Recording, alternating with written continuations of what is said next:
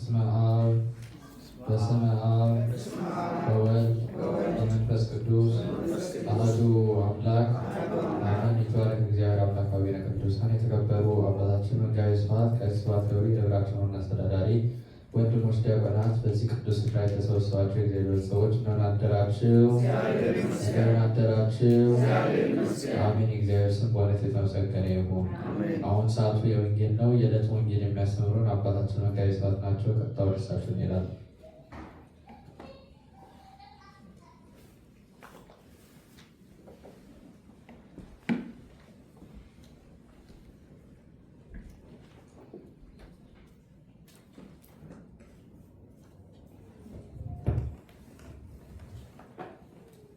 በስመ አብ ወወልድ ወመንፈስ ቅዱስ አሐዱ አምላክ ዘላለም ሥላሴ የእግዚአብሔር ልጆች እንዴት አደራችሁ?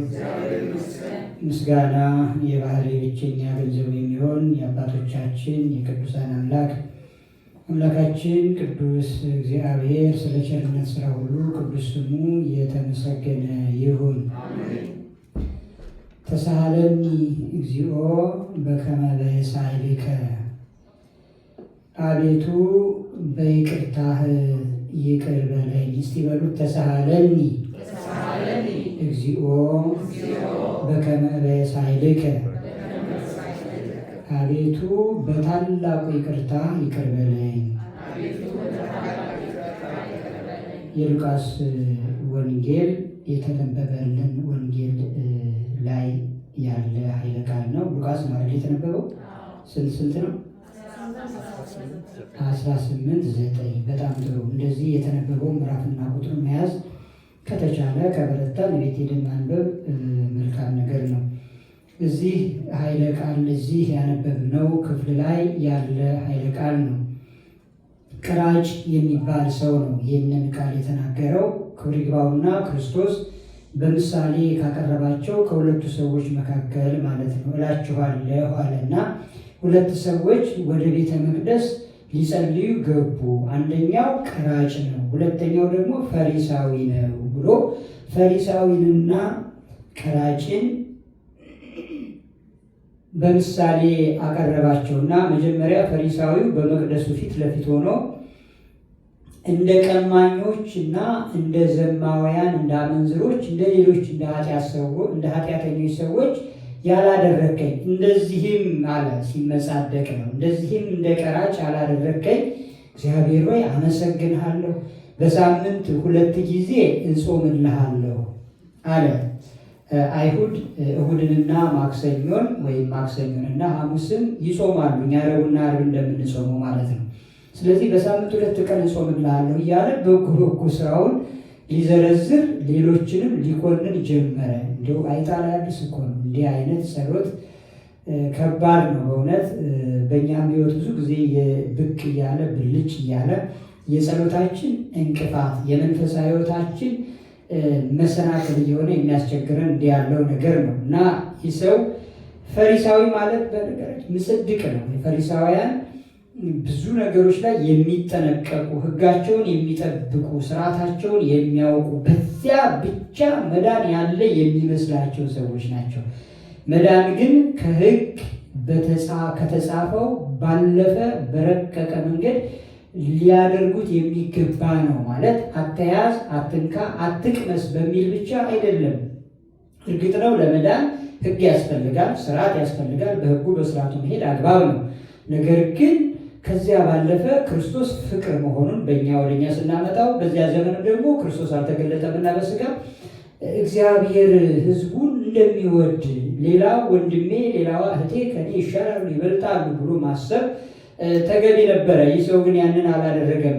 ነቢየ እግዚአብሔር ቅዱስ ዳዊትም ቀድሞ በዚህ በመዝሙር 50 ላይ ከቁጥር 1 ላይ ተሳሃለኒ እግዚኦ በከመ በሳይልከ ወከመ ብዝኃ ምሕረትከ ደምስስ ኃጢአቴ ሕጽበኒ ወአንጽሐኒ እምኃጢአቴ ወማበሳየኒ አንጽሐኒ እስመ ለሌ አሐምር ጌጋዬ ወኃጢአቴኒ ቅድሜ ውእቱ በኩሉ ጊዜ ለከ ለባሕቲትከ አበስኩ ወኩየኒ በቅድሜከ ገበርኩ ከመ ትስደቅ በነቢብከ ወትማ በኩነኔከ እስመ ናሁ በኃጢአት ተፀነስኩ ወበአመፃ ወለደተኒ እሜ እስመ ናሁ ጽድቀ አፍቀርከ ዘይትነገር ጥበበከ አይዳይከኒ ትነዝሃኒ በአሕዛብ ወነስ ተሐስበኒ እምበረድ ወጸዓዱ ታሰማኒ ትፍሥሕተ ወሐሴተ በይትፌሱ አጽንተ ጻድቃን ሚት ገጸከ እግዚኦ ወደምስስ ሊተ ኩሎ ኃጢአቴ ልበ ንጹሐ ፍጥር ሊተ እግዚኦ መንፈሰ ርቱዐ ሐድስ ውስተ ከርሴ ኢትግድፈኒ እምቅድመ ገጽከ። ሙሉን ያልኩት ሄዳችሁ አማርኛው እንድታነቡት ነው። ለአንድ ንስሐ ለሚያስፈልገው ወይም ንስሐ ለገባ ሰው ወይም ለአንድ ኦርቶዶክሳዊ ክርስቲያን ይህ ጸሎት ዘወትር የሚጸለይ ጸሎት ነው። እናስታውስ የለም ስንዷ እመቤት ቤተክርስቲያናችን ቅዳሴዋ ላይ ዘወትር ቅዳሴዋ ላይ ምን አለ? እግዚኦ መሐረነ ክርስቶስ አለ። ምን አለ? ምን አለ? እግዚኦ መሐረነ የምንለው በየቅዳሴያችን ጊዜ ለዚያ እኮ ነው። ይሄ ከአንድ ክርስቲያን የማይቋረጥ ጸሎት ነው። አባታችን ሆይ በሰማያት የምትኖር በርስት በቃ ስላችሁ ታቆማላችሁ።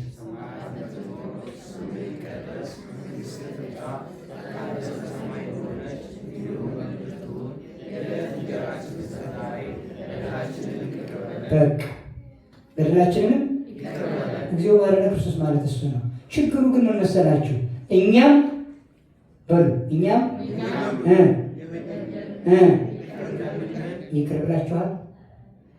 አሁን ችግሩ እዚህ ነው። ይሄ ፈሪሳዊም የተቸገረው በዚህ ጋር ጥሩ እኮ ነው። በሳምንት 2 ጊዜ መጾሙ ጥሩ እኮ ነው። እንደ ሌሎች እሱ እንዳላቸው እንደገለጻቸው እንደ ዘማውያን፣ እንደ አመንዝሮች፣ እንደ ሐቂቅፎች አለመሆኑ ጥሩ እኮ ነበር። ግን ችግሩ ለምን ጽድቅ አደረገው? እኛም በደላችን አቤቱ በደላችንን ይቅር በለን አለ ነው የሚፈልገው እግዚአብሔር። እንዲህ እንድንለው ነው። እኔ ጻድቅ ነኝ በአንተ ፊት ሞገስ ያለኝ አላልነውም። ጥሩ እኮ ነው። በደላችን ይቅር በለን። ግን ችግሩ ቀጥለን እናፈርሰዋለን። እኛም የበደሉንን ይቅር እንደምንል ስንል ግን እዛ ጋር ጥያቄ አለ። እኛም የበደሉንን ይቅር እንደምንል ማለት ከፈለግን ደግሞ ይቅር ማለት አለብን። ይህ ሰውዬ ጸሎቱ በከንቱ ሆነበት እላቸዋለሁ አለ። ያኛው ግን ምን አለ? ወደ እውነተኛው ጸሎተኛ ደግሞ እንመለስ። ቅዱስ ምናሴ የጸለየውን ጸሎት ነው። ከመ እርአይ ኖኅ ለሰማይ እምብዛ ኃጢአቴ፣ ከኃጢአቴ ብዛት ኃጢአቴ ብዙ ነው አለ፣ አይቆጠርም። ከኃጢአቴ ብዛት የተነሳ ሰማይን እንኳን ቀና ብዬ ማየት አልችልም ብሎ ነበር ነቢዩ ቀድሞ እዛ በፊት። ስለዚህ ይሄ ሰው ምን አለ? ቀና ብሎ እንኳን ላይ አልወደድም አለ። አጎንብሶ አቤቱ እኔን ኃጢአተኛውን ይቅር በለኝ አለ። እኔን ኃጢአተኛውን ይቅር በለኝ አለ። ክርስቶስም ባቀረባቸው ምሳሌ ባቀረባቸው 2 ሰዎች ለምሳሌ ባመጣቸው ሰዎች በእነዚህ ምን አለ? እላቸዋለሁ ከዚያኛው ይልቅ ይሄኛው ጸድቆ ሄደ። ከዚያኛው ይልቅ ይሄኛው ጸድቆ ሄደ። ከነዚያ ይልቅ እኛ ጸድቀን እንድንሄድ እግዚአብሔር ይርዳን። እግዚአብሔር ይርዳን። ከነማን ይልቅ? ከነማን ይልቅ? በራትፍት ከነዚያ ይልቅ በርስቲ። እነዚያ ግን ማን ናቸው? እነዚያ እኛ ነን ራሳችን እኮ። አዎ፣ ምክንያቱም ከዚያኛው ይልቅ ጸድቆ ሄደ ብሏል። ያኛው ፈሪሳዊ ምን ነበር? እንደዚህ ያላደረከኝ ነው ያለው ፈሪሳዊ። ያኛውስ ግን ምን አለ? ቀና ብሎ ላይ አልወደድም ብሎ አጎንብሶ ይቅር በለኝ አለ። ይቅርታ ብቻ ጠየቀ። ስለዚህ አሁን እዚህ ጋር እኛ ዛሬ ለእኛ የምንወስደው ትምህርት በዚህ በሱባኤ ስለ ሱባኤ መማር ይገባል። እመቤታችንና ስለ እመቤታችን መማር ይገባል። ቤተክርስቲያን ምን ባለጸጋ እመቤት ናትና ቢዝቁት አያልቅም ሀብቷ። ግን ብዙ ጊዜ የምንጾማ ሁሉም ትምህርቶች እናውቃቸዋል። አሁን ስለ እመቤታችን መማር ለተዋሕዶ ልጆች አያስፈልግም። እውነቴን ነው የምላቸው፣ አያስፈልግም። ያስፈልጋልም አያስፈልግም። ደግሞ አያስፈልግም ስላችሁ መንፍቅና አይደለም። አያስፈልግም ያልኩበት ምክንያት ምንድን ነው? ሌሎች እንደሚሉት አጥኚዎች፣ ተመራማሪዎች እንደሚሉት ኦርቶዶክሳውያን ደማቸውን በሲሪንጅ መጥተው ቢመረምሩት ምን ይላሉ የሚባለው? ደሙ ማርያም ይላል አይደል የተባለው። ስለዚህ ኦርቶዶክሳውያን እኛ እመቤታችንን ሳናውቃት እንወዳታለን። ሳናውቃት እኮ አናውቃትም እኮ ኦርቶዶክሳውያን እመቤታችንን አያውቋትም። ኦርቶዶክሳውያን ሊቃውንቱ ያውቋታል። ሊቃውንቱ እነ ቄርሎስ ያውቋታል፣ ዮሐንስ አፈወርቅ ያውቋታል፣ እነ ዲዮስቆሮስ ያውቋታል። አጠቃላይ ሊቃውንቱ በእኛም እነ አባ ጊዮርጊስ ዘጋስጫ ያውቋታል። እነዚህ ሁሉ ቅዱሳን ያውቋታል። የእኛም አባቶቻችን የቅርቦቹ አሁንም ያሉ ሊቃውንት ያውቋታል። እኛ ግን አናውቃትም። ለምን ብትሉኝ እመቤታችን ምንድን ናት? ልጇ ትሁት እንደሆነ ሁሉ እሷም ትሁት ናት። ምን አለች? የእግዚአብሔር እናት ሆና ሳለ ምን አለች? እኔ አመቱ ለእግዚአብሔር ገረድ ነኝ እኮ ነው ያላችሁ። እስቲ በሉ በሞቴ እኔ ገረድ ነኝ በሉ እስቲ። እኔ ባሪያ ነኝ በሉ እስቲ። አሁን ራሳችን እኔ ኃጢአተኛው ስንል ችግር የለብንም። አንተ ባሪያ ቢሉን ግን ችግር ነው አይደል? ዱላ እናነሳለን ከቻልን፣ ካልሆነ ደግሞ እንጠራለን በስድብ። የስድብ ማዕት ናዳ እናወርዳለን። አቤት እኔ መድኃኒዓለም እንደ ቸርነት አስበኝ። የስድብ ናዳ ታውቃላችሁ? ናዳ ታውቃላችኋል? አንዱ ድንጋይ ከተፈነቀለ እንዳለ ይወርዳል። በቃ ታች ያሉ ከብትም እንስሳውም አለቀላቸው። የክርስቲያን አንደበት ግን እኮ እንደዛ አይደለም። አንደበታችን ቅሱም በጨው እንደተቀመመ የክርስቲያን አንደበት እኮ ስጋ ወደሙ የሚበገር በስጋ ወደሙ የተቀደሰ አንደበት ነው። ከናፍሮቻችን በስጋ ወደሙ የተቀደሱ ናቸው እኮ። አይምሯችን እኮ በእግዚአብሔር ስጋና ደም የተቀደሰ ነው። የእኛ አይምሮ እኮ የእኛ አይደለም፣ የክርስቶስ ነው፣ የእግዚአብሔር ነው። ስለዚህ ወደ እርሱ ልመልሳችሁና ያኛው ሰው ወደ ላይ እንኳን ቀና ብሎ ሊያይ አልወደድም። ይሄኛው ግን በትዕቢት ተናገረ። እግዚአብሔርም ከዚህኛው ከትዕቢተኛው ይልቅ የትሑቱ ጸሎት እንዳደረገለት ተናገረ። ወደኛ ሕይወት ስናመጣው እንደዚህ ያላደረከኝ ነው ያለ። እንደ ቀራጩ ያላደረከኝ ብሎ በትዕቢት ተመጻድቋል። እኛውን ያለው እንደነዚያ አታድርገን ወይም እንደነዚያ ያላደረከኝ ብለ እነዚያ የተባሉ የሚንቁ ናቸው። ይሰማቸዋል። ንቆታል። ፈሪሳዊው ቀራጩ ንቆታል። እንደዚህ ያላረከኝ ብሎ እየጸለየ እኮ ነው። እግዚአብሔር ፊት ቆሞ እንደዚህ ያላረከኝ ብሎታል። እሺ እነዚያ የተባሉ ሰው ንቃቸው አታውቁም? ሰው ንቀን አናውቅም? እኔ ከነሱ ጋር ልጀምር ብለን አናውቅም? አንድ ጊዜ ያስታውሳለሁ። ኢትዮጵያ አንዲት የተከበረች እናት ናት። እኔ በጣም የማከብራት፣ ሌላም ሰው የሚያከብራት በቃ ክብርት የምትባል እናት ናት። በብዙ ነገር በክርስትናዋ በዓለም እውቀቷ በብዙ ነገር የተከበረች እናት ናት እና እንደ አባትና እንደ ልጅ ስንጨዋወት ንስሐ እየገባች ነው እና ታውቃላችሁ የአንዱን ሰው ንስሐ እዚያ ወደ ምሕረት ላይ ለማስተማሪያ መናገር እንችላለን። ይሰማችኋል? መናገር እንችላለን። መናገር የማንችለው ካህን የሰውን ኃጢአት መናገር የማይችለው ግለሰቡን ጠቅሶ ነው። ማንነቱን ጠቅሶ መናገር አይችልም። እንዲያውም በዚህ ዘመን ብዙ ሰዎች ለምን ንስሐ እንደማይገቡ ሲጠየቁ አንዱና ዋናው ምክንያታቸው ይሄ ነው። እኔ በዚህ ዘመን ካህን አለ ብዬ ደፍሬ ንስሐ ልናገር አላደርገውም ይላሉ። እውነታቸውን ነው። አንዳንድ ጊዜ የቆምንበትን አውደ ምሕረት እየዘነጋን እኛም የእናንተ ንስሐ እገሪት እኮ እንዲህ አድርጋ እገሌ እንዲህ አድርጎ ብለን የምናወራ እንኖራለን። እንደው ይኖራሉ። ከእናንተ ናችሁ የምትነግሩ፣ እኛ እናቅም። እኛ የራሳችን ነገር እናንተ ጋር ነው። እኛን የምታነቡ እናንተ ናቸው። የእኛ መስታወቶች እናንተ ናቸው። የእናንተ መስታወት ደግሞ እኛ ነን። እናንተ የምናውቃችሁ እኛ ነን። እናንተ እርስ በርስ አትተዋወቁም። እኛ እናውቃችኋለን በደንብ መርዙ ሊነድፍ የመጣውን እባብ በደንብ አበጥረን እናውቀዋለን። በደንብ መርዟን ልትነድፍ መርዝ በውስጧ ይዛ የምትመጣዋትንም እናውቃታለን አበጥረን። እናንተም ደግሞ እኛን ሳናውቅ ታውቁናላችሁ። እንዲህ አይታችሁ ይሄ ካህን፣ ይሄ መነኩሴ፣ ይሄ ጳጳስ በደንብ ታውቁናላችሁ። እና በንስሐ ሂደት መጥፎ ስም ተጠቅሶ ገሊት የምትባል ገሌ የሚባል ብሎ ዘርዝሮ መናገር ነው የማይቻለው እንጂ አንድ ጊዜ አንድ ሰው ንስሐ ሲገባ፣ አንዲት ሴት ንስሐ ስትገባ ብሎ ንስሐውን ብቻ መናገር ይሄ ስህተት አይደለም፣ መማሪያ ስለሚሆን እና ምን አለች? እነዚህ ያሉ እነዚህ ኮማሪ፣ ምናልባት ቃሉ ቀደም ያለ ቃል ነው፣ ወጣቶቹ ላታውቁት ከቻላቸው አላውቅም። ኮማሪዎች እንደነሱ እንኳን አይደለሁም ማለች። በሰዓቱ ትምህርት ሰጥቼባታለሁ ለእሷ። አይ ንስሐ እንደዚህ አይባልም ብያታለሁ። ማለት የፈለገችው እሷ እኔ የተዋረደ ኃጢአት አልሰራሁም፣ በቃ እንደዚህ አይነት ነገር አይደለሁም። ሰውን ደግሞ እኔ ግን ስቻለሁ፣ በጣም የከፋውን ግን አላደረኩም ማለቷ ነው። እና ዘማዊ አይደለሁም ወይም ደግሞ የተርከሰከሰ ነገር አልሰራሁም። እንደው አለ አልፎ አልፎ ከጓደኞቼ ጋር ሐሜት ወዘተ እያለች ያለውን ነገር ተናገረ። ስለዚህ ምንድነው ንስሐም ሲገባ ያደረግነውን ኃጢአት ብቻ እሱ በንስሐ ትምህርት የምናየው የሚሆነው ግን ያደረግነውን ኃጢአት ብቻ እንጂ የሚነገረው ጽድቅን እኔ እንዲህ ነኝ አይባልም። ስለዚህ አሁን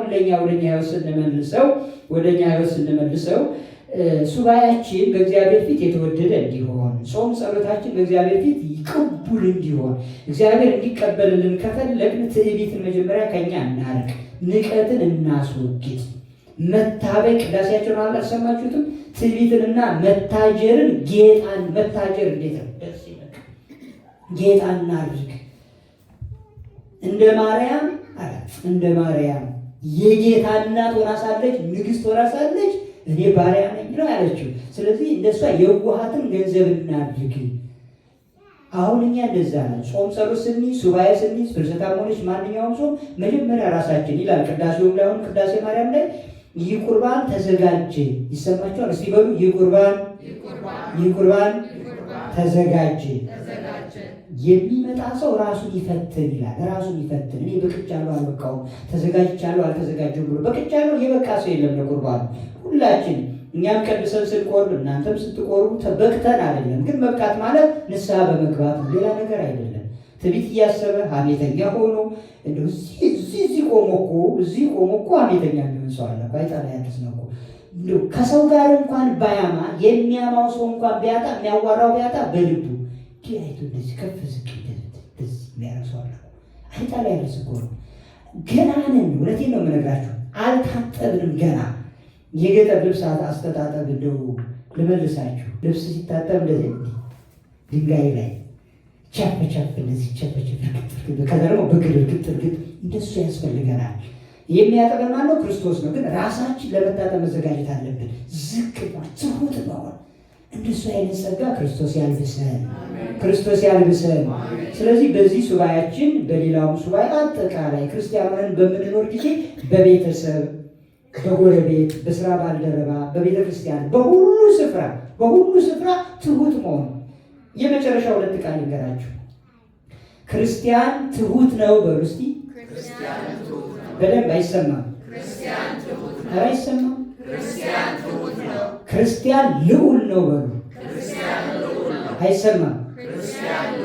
ሁለቱንም ይዘን መሄድ አለብን። ክርስቲያን ትሁት ነው፣ ክርስቲያን ልዑል ነው። የሚጋጭ ነገር አለ ማለት ክርስቲያን ከፍ ያለ ነው፣ ክርስቲያን ዝቅ ያለ ነው ማለት ነው። ተቃራኒ አይደለም። ዝቅ እግዚአብሔርን በመፍራት ወንድሜ እህቴ በማለት አንተ ትቀድም፣ አንተ ትብስ፣ እኔ አይደለሁም፣ እኔ አላውቅም፣ አንተ ታውቃለህ፣ አንተ ቅዱስ ጻድቅ ነህ፣ እኔ ኃጢአተኛ ነኝ፣ በቃ እኔ ዝቅተኛ በማለት በእነዚህ ነገሮች ክርስቲያን ትሁት ነው። ክርስቲያን ልዑል ነው ማለት ደግሞ የሚያስጸይፍ ነገር ውስጥ አይገኝም። ክርስቲያን የተለየ ነው። አምላኩ ልዑል ስለሆነ ከፍ ብሎ ነው የሚታየው፣ አብርቶ ነው የሚታየው። በጽድቅ ከፍ ብሎ፣ በመልካም ነገር ከፍ ብሎ፣ መልካም ባልሆነ ነገር ዝቅ ብሎ ወርዶ አይገኝም እና እንዲህ እንዳንሆን፣ በክፉ እንዳንደመር፣ በበጎ እንድንደመር እግዚአብሔር ይርዳን። ወስብሐት ለእግዚአብሔር ወለወላዲቱ ድንግል ወለመስቀሉ ክቡር። ይቆየን። አሜን። ቸሩ እግዚአብሔር ለሁላችንም የሕይወትን ቃል ያሰማን።